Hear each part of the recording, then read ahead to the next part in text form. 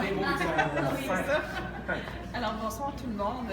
D'abord, désolée de ne pas être avec vous en tout début de soirée, mais j'étais à l'Hôtel de Ville avec 40 étudiants de l'École nationale d'administration publique qui sont venus se familiariser avec l'initiative Je fais Montréal. Alors ça, c'est autant après ça de gens qui vous sont sympathiques dans les organisations publiques montréalaises et québécoises.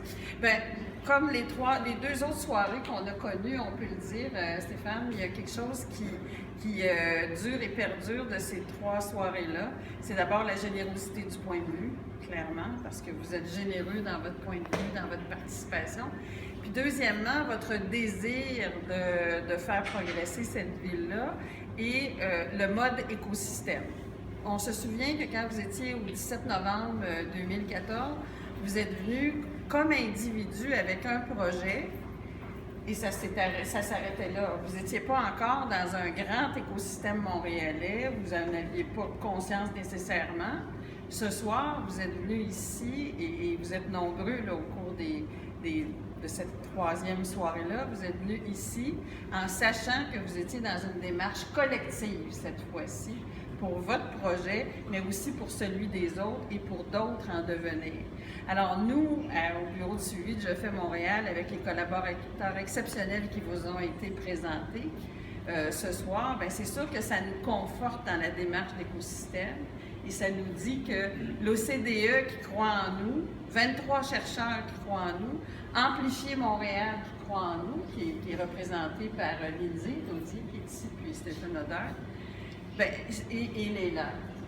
Elle est en quelque part. Elle est là. Bien, ces gens-là qui croient en nous, qui croient qu'on peut amplifier ce mouvement-là, notamment par cette démarche-là en écosystème, bien, on a raison de le poursuivre. Je retiens aussi dans vos commentaires de tantôt que vous désirez que cette démarche-là se poursuive, s'amplifie sous ce mode-là, avec tout ce que vous avez ajouté. Je l'entends bien. Puis vous voulez qu'elle soit connue.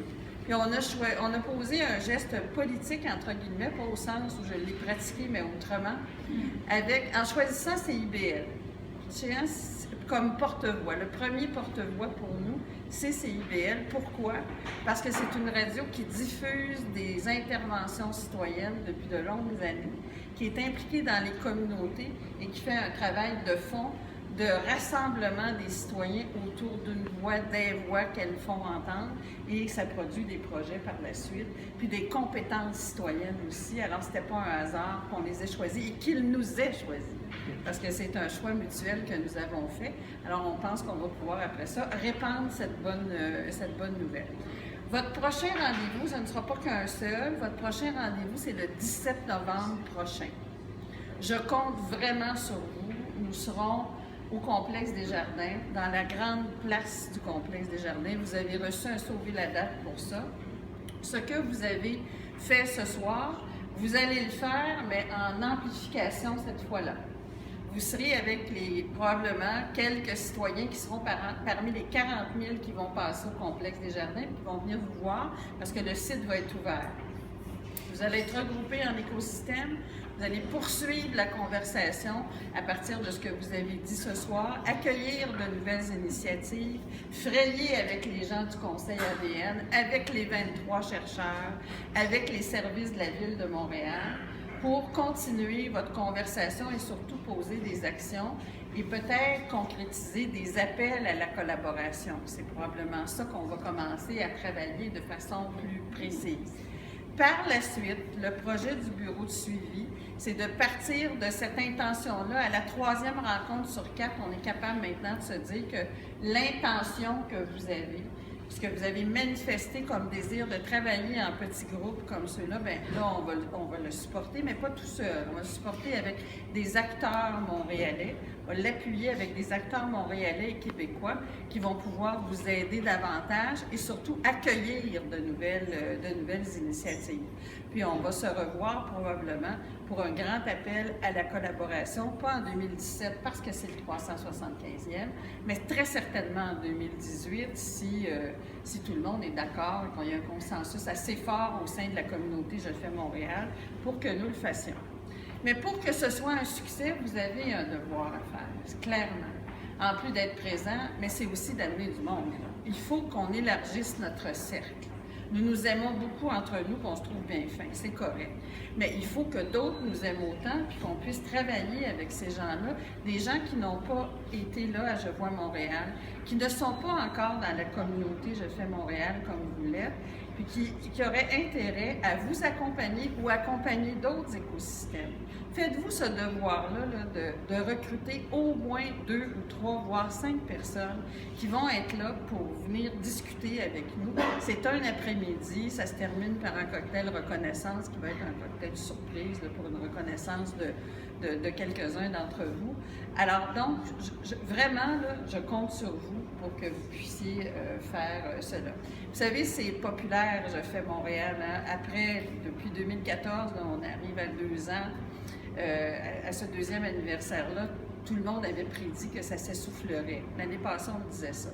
En fait, on me disait ça le lendemain de Je vois Montréal, voire le jour même sur certaines zones.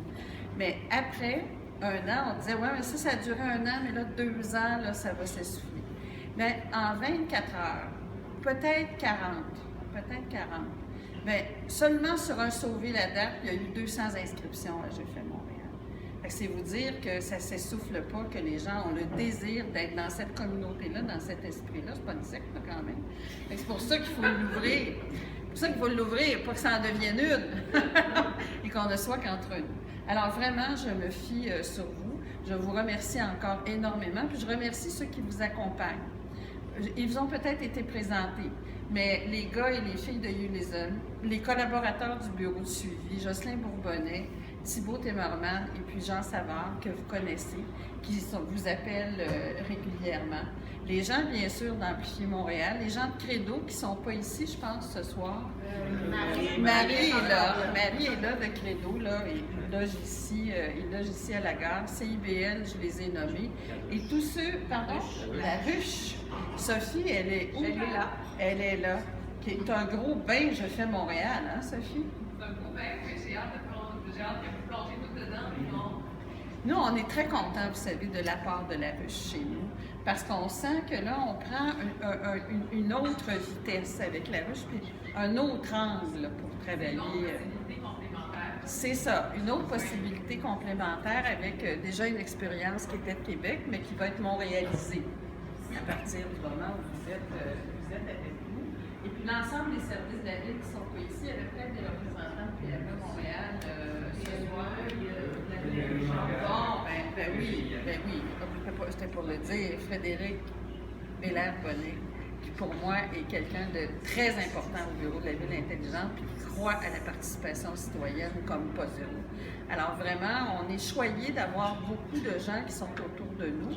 Michel Venn fait partie du conseil ADN, mais c'est celui qui nous inspire beaucoup aussi dans cette démarche-là citoyenne, à mon avis, qui est assez originale, mais qui demande là, à sortir du 2e, 3e, 4e cercle des citoyens montréalais.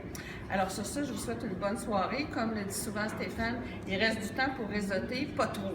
Pas trop. Il en reste à peu près pour 15-20 minutes. Là, la gare est ouverte jusqu'à 3 h du matin, n'est-ce pas, Marie? Alors, il vous reste un bout de temps encore, mes plus grands des merci.